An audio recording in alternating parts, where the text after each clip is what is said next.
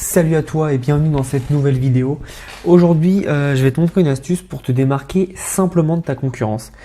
Comme tu le sais, le dropshipping avec AliExpress, ça devient de plus en plus concurrentiel, surtout sur certaines niches, mais enfin, ça devient quand même assez concurrentiel.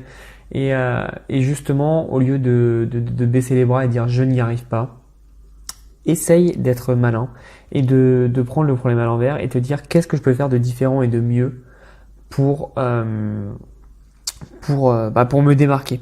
Et c'est ça qui est bien, c'est qu'avec Internet, tu as des idées et des exemples partout. Je vais te montrer une pub. Donc là, c'est le Dog Bed. Donc c'est un lit pour chien, tout simplement. Donc c'est la pub d'une page que je ne connais absolument pas. Et je veux te montrer un point essentiel sur la pub que tout le monde fait, que je le fais aussi. Mais tu vois, là où on peut se démarquer et on peut faire un petit travail. C'est tout bête. Mais sur cette pub, il y a ça. 20% de réduction. Tu vas me dire, c'est sûrement bien parce que c'est une pub, c'est un site à l'achat, mais en fait tout le monde le fait.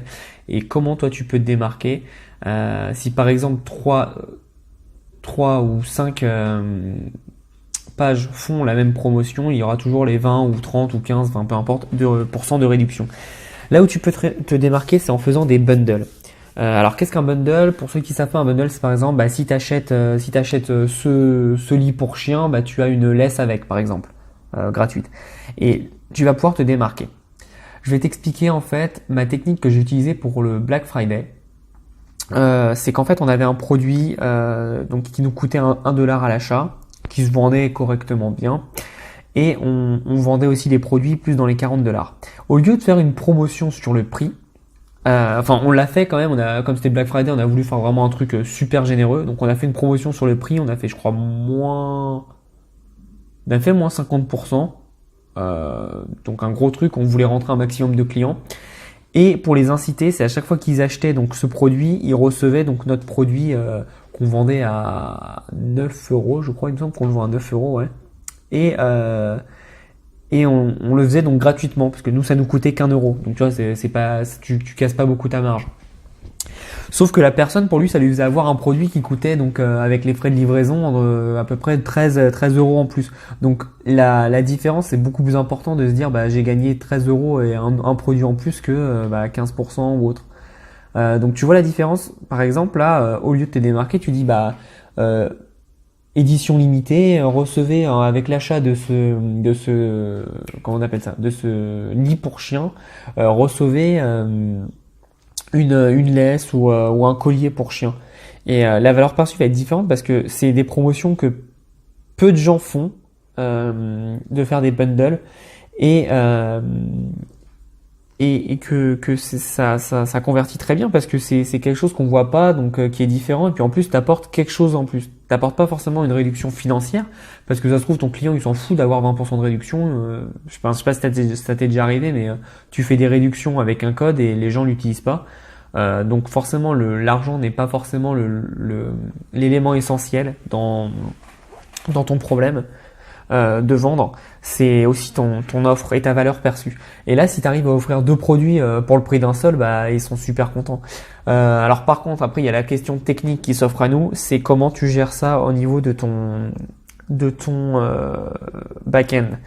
Quand on voit les produits, alors je sais que Dropify peut le faire, mais Dropify c'est 50 € par mois. Honnêtement, moi ça me fait chier pour le moment de dépenser ça. Après je sais que c'est très puissant Dropify, mais je préfère rester sur Oberlo. Et sur Oberlo, j'ai pas trouvé de technique autre que de créer un produit, une page produit. Tu sais, tu cliques sur produit et tu mets dupliquer.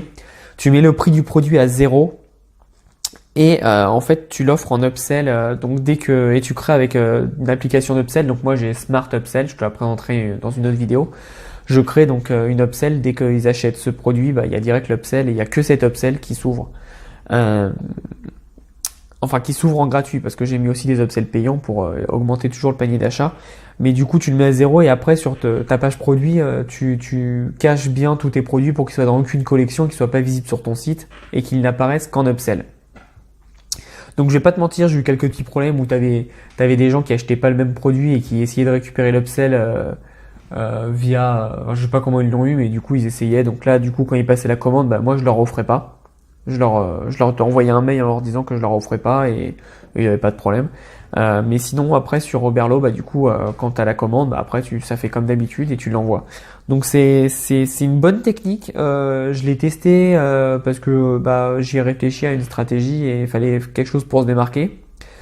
Je l'ai testé, franchement, j'ai eu des bons résultats, j'ai été surpris. Et comme je te dis, je pense que ça peut être intéressant à tester par rapport aux réductions classiques que tout le monde fait. Et du coup, ça va te permettre toi d'avoir une autre approche par rapport à tes concurrents. Et c'est assez important parce que comme on sait, le dropshipping c'est super concurrentiel. Voilà, c'est une petite vidéo juste explicative. Je montre pas grand chose, mais c'est vraiment une petite vidéo qui va te permettre de mieux comprendre comment faire la différence avec tes concurrents et comment le mettre en place. Comme je te dis, c'est vraiment simple à mettre en place. Tu dupliques ta page produit, tu mets le prix à zéro, tu l'appelles avec un autre nom évidemment. Moi je l'avais appelé Black Friday plus le nom du produit. Et après, donc tu le mets à zéro et puis après tu l'offres en upsell.